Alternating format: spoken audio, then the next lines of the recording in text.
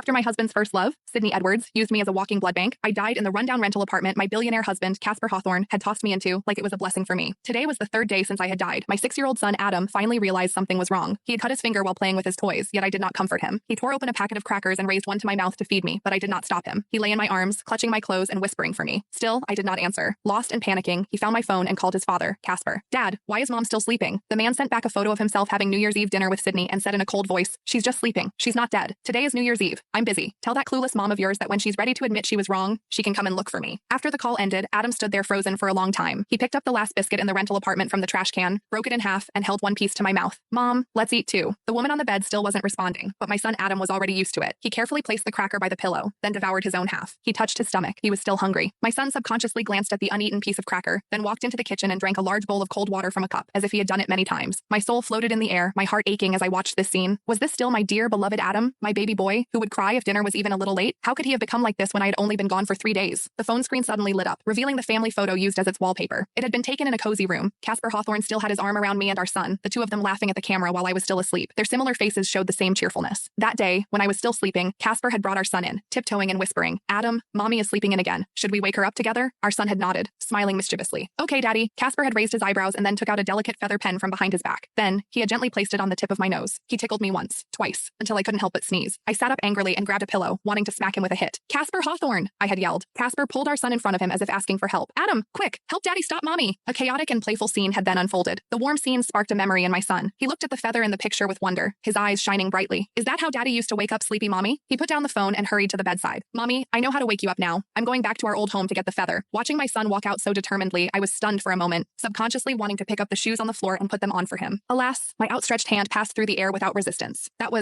I forgot. I was already dead. I couldn't take care of my dear boy anymore. Leaving the house, I followed my son to the Hawthorn family residence. It was New Year's Eve today, and the streets were filled with the scent of fireworks. The mood around us was lively, filled with the joyous sounds of family gatherings. In front of the magnificent residence, a tall, handsome man was having a snowball fight in the yard with a girl who was only 6 years old. A woman was also standing at the side, her eyes filled with satisfaction. The man's gentle voice could be heard from time to time. "Slow down, don't fall." What a harmonious scene. My son saw this scene through the fence, blinked his eyes, and felt somewhat sad. He and Casper would frequently have snowball fights on New Year's Eve in the past, too. He raised his eyes to wipe away the tears on his face and then tiptoed to press the doorbell. Soon, someone came to open the door. It wasn't Casper, it was Sydney. Sydney Edwards. Sydney's smile vanished instantly when she saw my son, her expression replaced by a look of deep suspicion. "Why are you here?" Sydney turned her head to look at Casper, who was still oblivious to all this, and her anxiety relaxed slightly. When she turned her head around, only annoyance remained on her face. "Did that shameless mother of yours send you here? Didn't she tell you that this isn't your home anymore? Get lost, kid." She startled Adam, and his eyes quickly turned red as he glared at her. "You're lying! My mommy isn't someone shameless. You're the bad woman. I want to see my daddy." Sydney sneered, and while no one was looking, she gave him a hard shove. Caught off guard, my son's forehead slammed heavily against the iron gate, causing a loud sound. "Who's there?" Casper asked, sensing something was off. Sydney nervously covered my son's mouth and gave a casual excuse. "It's nothing, just a cat. It's getting cold. You should take Lily back inside first." After the man left, Sydney immediately pinched my son hard with a vicious look in her eyes. "You're just as shameless as your mother, kid. All you do is cause trouble for me." Adam struggled, fresh blood mixing with his tears as they rolled down together. "Bah!" Sydney spat at my son in disgust and threw him onto the snow. "So disgusting." My son got to his feet and continued to shout. "You're the disgusting one. You're the bad woman. I want to see Daddy. Let me see Daddy." Sydney sneered, kicking at the dog door built into the main gate with her 10-centimeter red high heels. Her eyes were full of malice as she said, "If you're willing to crawl through this dog door, I'll take you to see your daddy. How does that sound?" I was right beside them, glaring at Sydney. Blood was almost flowing out of my eyes. How dare she? How dare she humiliate my son like this? Heartache and rage nearly ate away my sanity. I waved my hands frantically at Adam, wanting him to refuse it. Mommy was already dead. Mommy didn't need you to do so much for her. Adam, go. Go home. My son raised his head, his gaze passing through me toward the festive villa in the distance. "You promise?" Sydney was taken aback for a moment, then doubled over with laughter. She couldn't help but be amused by all this as she said, "Of course, I promise." My son bit his lips. Then, he got on his hands and knees and stiffly crawled through the dog door, all while trembling. As he crawled, he comforted himself. "I'm okay. I won't cry. I still need to wake Mommy up." But his tears still flowed uncontrollably, soaking his collar. Sydney took out her phone and recorded what was happening in front of her. The excitement and sick pleasure in her eyes were apparent. "You're so obedient. No wonder you're Winnie's son, unwanted the moment you're born. Come on, bark like a dog. Make my day." Just as she was busy enjoying herself, a voice with an unreadable tone suddenly came from behind. "What are you doing?" Sydney's expression turned into panic as she quickly threw her phone on the ground. Then, she helped Adam up and patted the dirt off his clothes. "It's nothing. Adam was here looking for you and I was just playing with him for a bit." "Really?" Casper was a little uncertain, but Sydney immediately diverted his attention. "Casper, look how cold it is outside. We should take Adam inside now. Don't let him catch a cold," Sydney said with a frown, her face full of concern. My son also raised his head, revealing the wound on his face. He was trying to find a trace of compassion on Casper's face, hoping his daddy would hold him and comfort him, just like in the past. But Casper simply glanced at the wound on his son's head, and his eyes filled with indescribable anger. Is this how Winnie is as a mother? Using her son to fight for favor was one thing, but now she's even hurting him? Does she think I'll feel bad for her now? She's dreaming. He then looked at Sydney, his tone full of affection. "Sydney, you're just too kind. That's why schemers take advantage of you again and again." again. Adam and I were both stunned when we heard that. Hearing what Casper said, Adam could only open his mouth as tears rolled down his cheeks uncontrollably. Daddy. Perhaps that word finally moved Casper. He frowned, the coldness in his eyes icier than the frigid snowstorm. All right, say it then. What do you want this time? Money or a house? Adam's hands were balled into fists, but he was too afraid to speak against him. He had once told Casper that Sydney was bullying him, but all it took was a crocodile tear from Sydney to make Casper believe that I was jealous of his affection toward her, and that I was inciting our son to frame a woman. That time, Casper had locked me in the basement for a whole week. My son had also had nightmares for a whole week. Adam couldn't help but shiver when that memory crossed his mind. He lowered his head and said softly, Daddy, I can't wake Mommy up. Can you give me your quill? Casper's heart skipped a beat, and he subconsciously asked, What do you mean you can't wake her up? Didn't your mother only donate 400cc worth of blood? Casper! Sydney suddenly cut him off. Casper turned his head, a look of shock on his face. What is it? Sydney stiffened and awkwardly changed the subject as she felt Casper's inquisitive look. Today is New Year's Eve. If Adam gets home late, Winnie will get worried. All he wants is a quill, right? You should hurry and give it to him. Let's not disturb their New Year's celebration. Casper's attention was quickly diverted, and his expression softened slightly. You're still so sympathetic. In that case, come with me. The group entered the villa, and the wound on my son's face looked even more frightening under the bright lights. Sydney's daughter came over and looked at my disheveled son, asking curiously, Daddy Casper, who is this? Is he a beggar? He's so dirty. The girl's innocent words made my son's face flush red. He looked weakly at Casper, hoping he would explain it to the girl. However, his father was seemingly triggered by something and looked at him with disgust. Is this how your mother taught you to act to gain others' pity? Do you think I'll feel sympathy for you if you look more miserable? This is ridiculous. The redness on my son's face slowly faded as Casper voiced out his thoughts, replaced by paleness and fragility. Adam thought that his father really didn't love him anymore. Wiping the tears from his face, he looked up again. Casper had already gone upstairs, and only Sydney was left, looking at him triumphantly with her eyes full of pity.